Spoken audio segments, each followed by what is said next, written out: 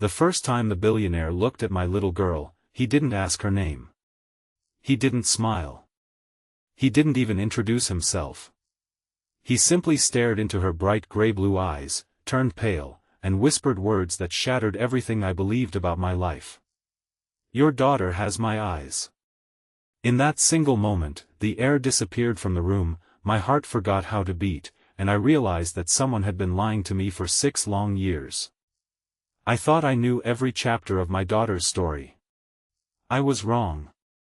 Before we begin, if you believe in kindness, forgiveness, and second chances, please like this video, leave a comment, share it with someone you care about, and subscribe for more heartfelt stories. Your support helps us bring more inspiring stories to life.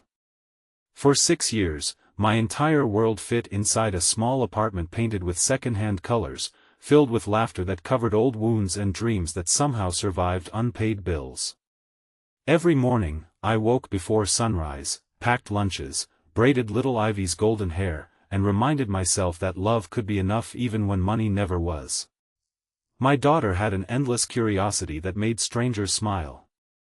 She collected smooth stones from parks, believed every rainbow was a promise, and insisted that broken things deserved another chance before being thrown away. Watching her grow became the greatest privilege of my life, even if I had to sacrifice nearly everything else. People often asked about her father. I always smiled politely and answered that life had taken us in different directions before she was born. It wasn't a complete lie, but it wasn't the truth either. Years earlier, I had fallen deeply in love with a kind young man named Adrian, a graduate engineering student who dreamed of designing safer bridges. We had almost nothing except hope. Then, just weeks after he left for an overseas research program, I received devastating news from his older brother, who told me Adrian had died in a terrible mountain accident while traveling. There had been no body available for the family to see because of the conditions. I was heartbroken beyond words. Only days after hearing that unimaginable news, I discovered I was pregnant. I wanted to tell his family, but when I visited their old home, I learned they had moved away after the tragedy. Every address I found led nowhere. Every phone number had been disconnected. Eventually, I accepted that my daughter would grow up knowing her father only through the stories I could remember. I worked wherever I could, cleaned offices, stocked grocery shelves, and later found a stable position as an administrative assistant for a community education center. Life wasn't glamorous, but it was honest. Ivy never complained. She saw joy in ordinary afternoons spent feeding ducks or sharing homemade cookies with elderly neighbors. Sometimes she would ask why other children had fathers waiting outside school, and every single time, my heart cracked just a little more. I told her that her father had loved her before he ever met her, and somehow she accepted that answer with the innocent faith only children possess. Everything changed on a bright spring afternoon during a charity event hosted by one of the city's largest companies. Our education center had been invited to receive a grant supporting after-school programs. I attended only because my supervisor became ill that morning. Ivy came with me because school had closed early for teacher conferences. The company headquarters looked like another world. Glass walls reflected the blue sky while fountains danced outside perfectly trimmed gardens. Executives walked confidently through polished halls, and I spent the first hour hoping nobody noticed my inexpensive dress or worn shoes. Then the CEO entered. His name was Nathan Calloway, one of the youngest business leaders in the country, famous for rebuilding his family's struggling corporation into a global success. Every magazine described him as brilliant but emotionally distant. He rarely smiled during interviews, avoided unnecessary publicity, and devoted enormous resources to children's hospitals without ever explaining why. He crossed the room surrounded by advisors until his eyes landed on Ivy, who was kneeling near the lobby fountain, carefully rescuing a butterfly trapped against the glass. He stopped walking. His entire expression changed. The color drained from his face. He slowly approached us as though drawn by something invisible. His eyes never left Ivy's face. Finally, almost to himself, he whispered, "Your daughter has my eyes." The room seemed to disappear. I forced an awkward laugh, assuming he meant the color. Gray-blue eyes weren't exactly unique. But he kept staring. Not at me. At her. Something deeper than surprise filled his face. It looked like grief mixed with impossible hope. He introduced himself politely, complimented Ivy's kindness toward the butterfly, and asked if we would join him for lunch after the ceremony. Every instinct warned me to decline, yet something about the sadness hidden behind his calm voice made it impossible. During lunch, he asked gentle questions about Ivy's age, birthday, favorite books, and hobbies. None of the questions felt inappropriate individually, yet together they formed a pattern I couldn't understand. When he learned her birthday, he quietly set down his fork. His hands trembled. That date meant something to him. I noticed it immediately. Before I could ask why, one of his assistants interrupted with urgent business. Nathan apologized and handed me his personal business card, asking if we could meet again because there was something important he needed to discuss after verifying a few facts. I barely slept that night. 3 days later, I found myself sitting across from Nathan in his office while Ivy colored pictures beside the window. He placed an old photograph on the desk. The world tilted. The smiling young man standing beside Nathan was Adrian. Older. Alive. I couldn't breathe. Nathan quietly explained that Adrian had never died.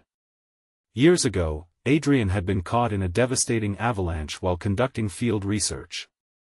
He survived with severe injuries and complete memory loss.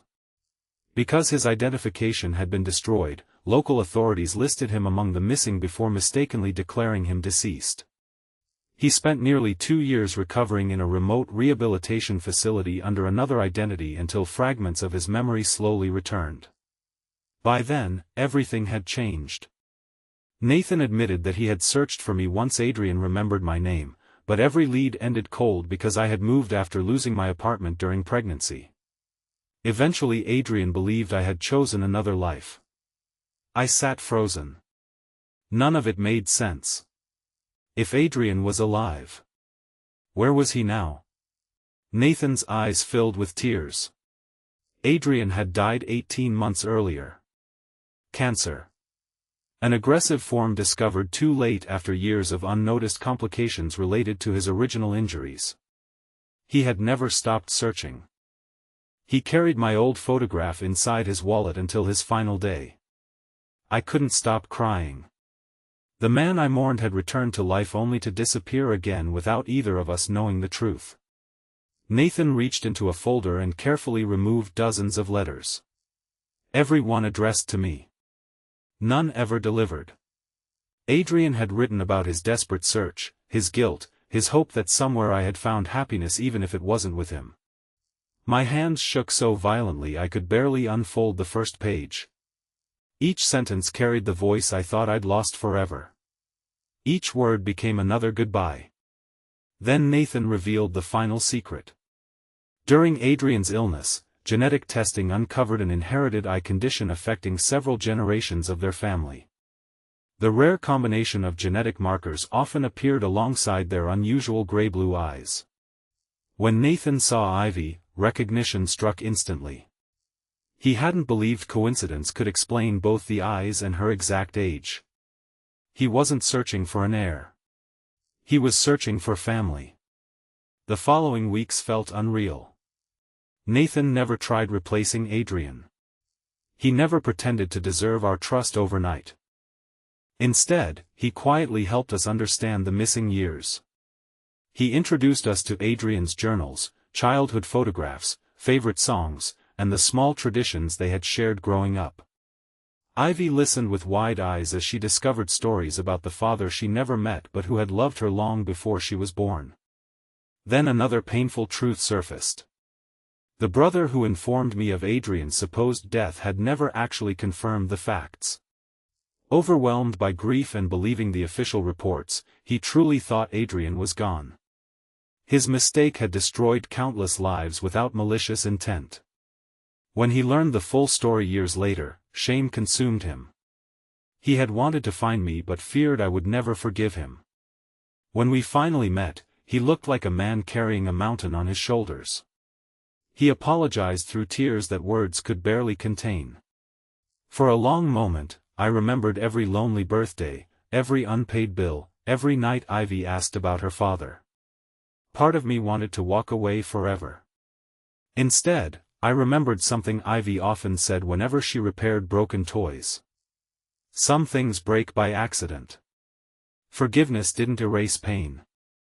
But refusing forgiveness would only create more. I accepted his apology, not because the past disappeared, but because none of us could live inside it forever. Life slowly transformed in ways I never expected. Nathan became the uncle Ivy adored. He attended school science fairs, helped build model rockets in the backyard, and never missed a birthday. Despite his wealth, the moments Ivy treasured most weren't expensive gifts. They were afternoons planting flowers, reading adventure stories beneath old oak trees, and laughing over pancakes shaped like animals. Watching them together healed pieces of my heart I didn't know still existed. Nathan eventually confessed something else. After losing Adrian, success had become his hiding place. He buried himself in endless meetings because work hurt less than grief. Meeting Ivy forced him to feel everything he had spent years avoiding. She reminded him that love never truly disappears when someone dies. It simply changes the people left behind. Months later, our community education center nearly closed after funding cuts threatened hundreds of children's programs. Without publicity or recognition, Nathan donated enough to keep every classroom open. When reporters tried praising him publicly, he redirected every question toward the teachers and volunteers. I finally understood why so many people admired him. His greatest achievements were never printed in financial magazines. They lived quietly inside ordinary lives made better because he cared. One sunny afternoon, Ivy asked if we could visit the hill overlooking the city where wildflowers bloomed each spring. We packed sandwiches, old photographs, and Adrian's letters. As warm sunlight covered the hillside, Ivy carefully placed one smooth stone beside another until she formed a tiny heart. She looked toward the clouds and whispered that she hoped her daddy knew she had finally found him, even if only through stories. Tears rolled down my face. For years, I believed fate had stolen every chance we deserved. Instead, life had simply written a story too complicated for me to understand while living it. Love had survived memory loss. It had survived distance. It had survived death itself by continuing inside a little girl whose eyes carried her father's reflection every single day. Nathan stood quietly beside us, saying nothing. He didn't need to. Family isn't always defined by who shares your home. Sometimes it's the people who refuse to let you carry heartbreak alone. From that afternoon forward, Ivy stopped introducing herself by saying she didn't have a father. Instead, she proudly explained that her father was brave, loved bridges, wrote beautiful letters, and lived inside every good choice she tried to make. And somehow, that became enough.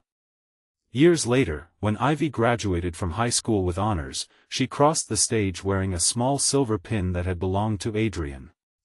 Nathan watched from the front row with tears streaming openly down his face, applauding louder than anyone else. As she hugged me afterward, she smiled through happy tears and whispered that families don't always begin the way we expect, but they can still become exactly what our hearts need. In that moment, I finally believed healing wasn't forgetting the people we lost. Healing was allowing their love to keep shaping the people we become. Speech Balloon special request: before the story ends, tell us in the comments, what would you have done if you were in this situation? If this story touched your heart, please like, comment, share, and subscribe for more meaningful and inspiring stories. Your support encourages us to keep creating stories that touch hearts around the world. Life has a remarkable way of revealing the truth when our hearts are finally strong enough to carry it. Love may be delayed by distance, hidden behind mistakes, or interrupted by unimaginable loss, but genuine kindness, forgiveness, and hope can still build a family from broken pieces. Never assume the story is over simply because one chapter ended in tears. Sometimes the most beautiful miracles arrive carrying the deepest scars, reminding us that second chances are not about rewriting the past, they are about choosing love again, one hopeful day at a time.